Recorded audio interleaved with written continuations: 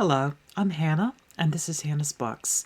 Welcome to the third night of this year's Hannah's Bookukkah, where I try to post for all 8 nights of Hanukkah.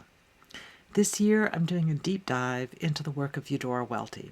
So far, I talked about Welty's hysterical short story, Why I Live at the P.O., and also about the photographs she made when she was a young woman traveling around Mississippi with the WPA and taking pictures of the people she met, black and white, male and female, disabled and able-bodied, rich and poor. And today I want to discuss a short story that's quite different from Why I Live at the P.O., perhaps her most widely anthologized story, A Worn Path. If you don't know this story well, I encourage you to go read a copy or to listen to an audio version of the story. There are several audio versions on YouTube, including one by me from years ago. I'll leave a link to my video down in the description box, and I'll also link to the story published in the magazine The Atlantic back in 1941 if you'd prefer to read it yourself. I'm also going to link to a really lovely discussion of the story which features Eudora Welty herself, and I hope you'll check it out. Yesterday, I talked about Welty's amazing photography, and I mentioned that photography shows up in the story I discussed the day before, Why I Live at the P.O., when one of the characters comes to town to take what Welty calls pose yourself photos of local residents. But there are other links between the stories and the photography. When Welty was taking pictures of life in Mississippi during the Depression, she seems to have laid down still images in her memory, whether she actually took a snapshot with her camera or not.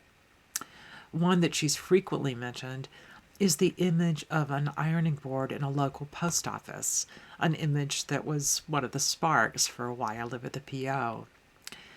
And there was a similar image that helped spark today's story, A Worn Path. An elderly woman crossing a field with great purpose on a crisp winter day. In a way, it's almost hard to believe that these two different stories were written by the same person. Why I Live at the P.O. is a comic masterpiece, one that just sparkles with its use of regional speech patterns and a narrator, a young white woman with a lot of attitude who has just left her family home in a huff. But A Worn Path is completely different. A quiet, slow story about an elderly black woman walking a very long way to town with great love and determination to acquire life-saving medicine for her young grandson suffering from the long-term effects of swallowing lye, burning his throat and threatening his ability to swallow, and perhaps even to speak or breathe. The story starts out with a description of a fragile and elderly black woman, Phoenix, early on in a journey. Time is quite literally moving with each step. She sways with each step, as the text says, like the pendulum of a grandfather clock. In the first paragraphs, we see imagery that will be echoed later in the story. The chirping of a solitary little bird, her untied shoes, the branching wrinkles on her forehead that look like a whole little tree. At this point, and for quite a while, we as readers don't know what has inspired this trip. But it's clear that Phoenix makes this trip regularly, and she makes it with great purpose, great determination. Let's start by talking for a moment about the narrative style. A Worn Path is written in the third person, not omniscient, but nevertheless able to show us Phoenix's interior world. Our understanding of other characters' ideas and motivations is quite limited, but we see what Phoenix is thinking. And Welty shows us by allowing us to hear Phoenix's interior monologue. So everything we know from the narration is from what Phoenix actually says, and is in quotation marks, but it's what she's saying inside her head. I really like this choice, which feels intimate and gives us a sense of her voice away from those times when she's speaking to white people. Well, as for the plot and structure, I want to mention Welty's interest in mythology and folklore, which we see in many of the author's stories. And here in A Worn Path, I'll mention two instances of mythological reference. First, the author chooses to use the name Phoenix. In the video I've linked to, she talks a little bit about that choice, and of course, many of us are going to immediately think of the story of the phoenix, who is immolated and rises from the ashes again and again. It's imagery that suggests renewal or resurrection, or even just cyclical events. And as we go through, think about what all is being repeated or renewed here. Most obviously, perhaps, is the trip that Phoenix seems to make regularly, repeated again and again, to, as we learn later, bring life to her young grandson. Another mytho-literary element is the telling of a journey narrative, punctuated with various challenges. Welty is nodding to works like Homer's Odyssey, or The Lord of the Rings, or The Wizard of Oz, or whatever. In Welty's short story, we only see what's happening after she's already started her journey. And while we know who she's hoping to see at the end, her Penelope, shall we say, when she arrives home, we as readers don't actually see her arrive. We see movement in the story, but there's no beginning and no end, just the middle. Well, let's think for a moment about the struggles that Phoenix faces on her journey to town. One struggle is the physical act of walking a long distance through the woods. She has to climb a hill, extract herself from a thorn bush, cross a log bridge, crawl through a barbed wire fence, and then be rescued after a fall into a ditch. Another set of struggles happens in her own mind, her lapses in memory sometimes, when she momentarily forgets why she treads this worn path, or when she daydreams about a boy offering her a slice of marble cake. And finally, there are the social challenges, the racism of the hunter and then the medical staff, both of which we'll talk about more later, and of course her poverty, which racism has created. In the text of the story, she's treated with condescension by the white people with whom she interacts, and in one situation, the threat of violence.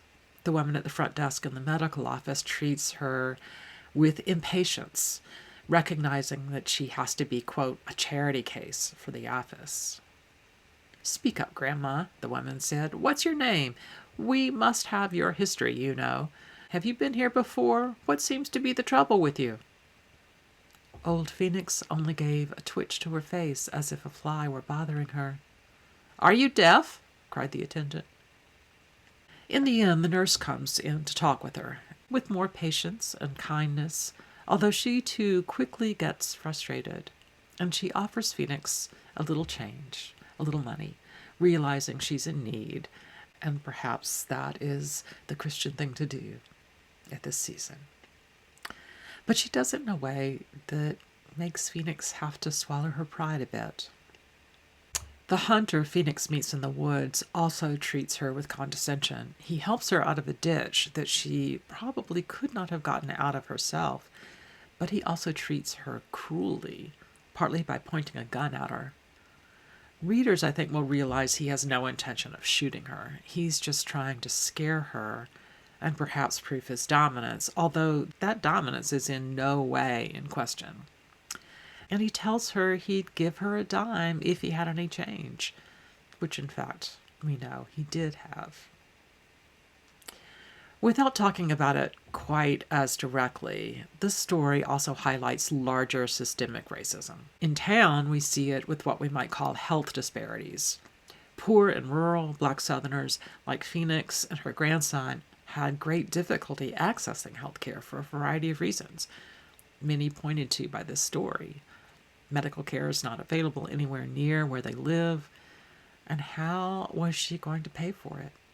In a world at a time that was still lacking a government-sponsored social safety net, Phoenix has to rely on the willingness of medical providers to offer charity.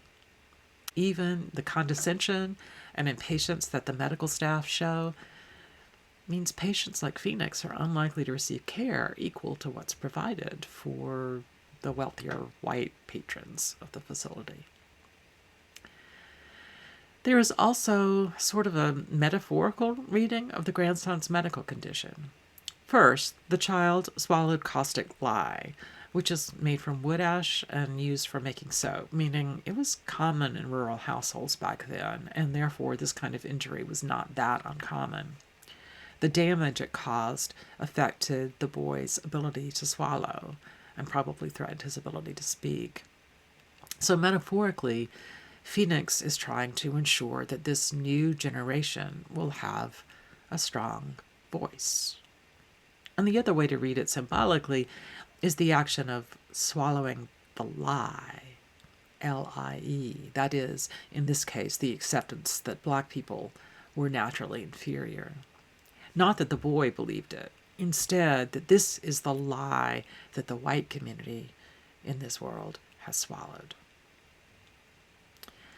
And in the woods, we see references to the long cycle of violent racism in the South. The hunter might have pointed his gun at the elderly woman just to scare her, but what the action highlights in Phoenix's mind, and therefore the reader's mind, is the experiences of violence she has had before.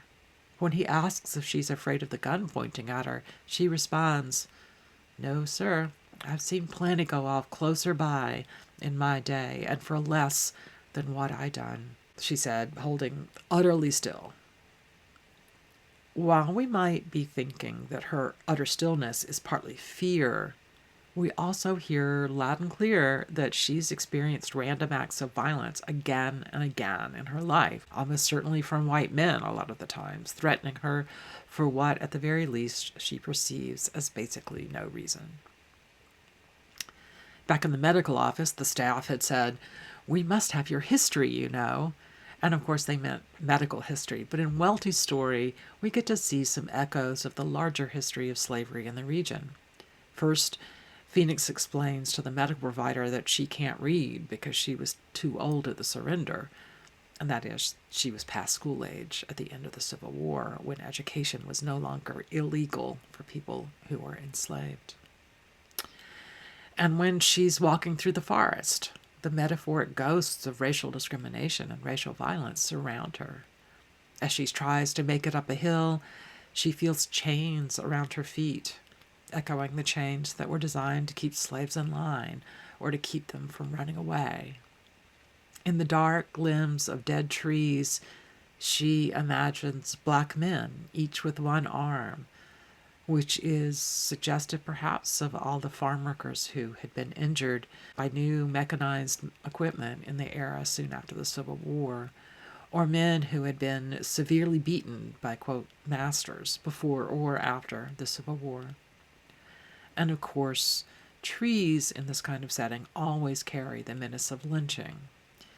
Branches of trees in this general area had been the site for the hanging of black people, and these trees would always carry the memory of that violence. And yet the trees and the one-armed black men were surviving and were resilient. And there's more along the path. Ghosts of slavery, from slave cabins to scarecrows taken to be ghosts. One last thing. Fundamentally, of course, this is also a Christmas story, so this is the perfect season to be reading it and discussing it. Starting in the very first sentence, we see Phoenix walking with her red cap among the evergreen trees on a frozen winter day. Then she passes a, quote, pearly cloud of mistletoe and little strings of trees, silver in their dead leaves. When she arrives later in the city, it's festooned with red and green lights and silver packages, echoing what she's seen in the woods.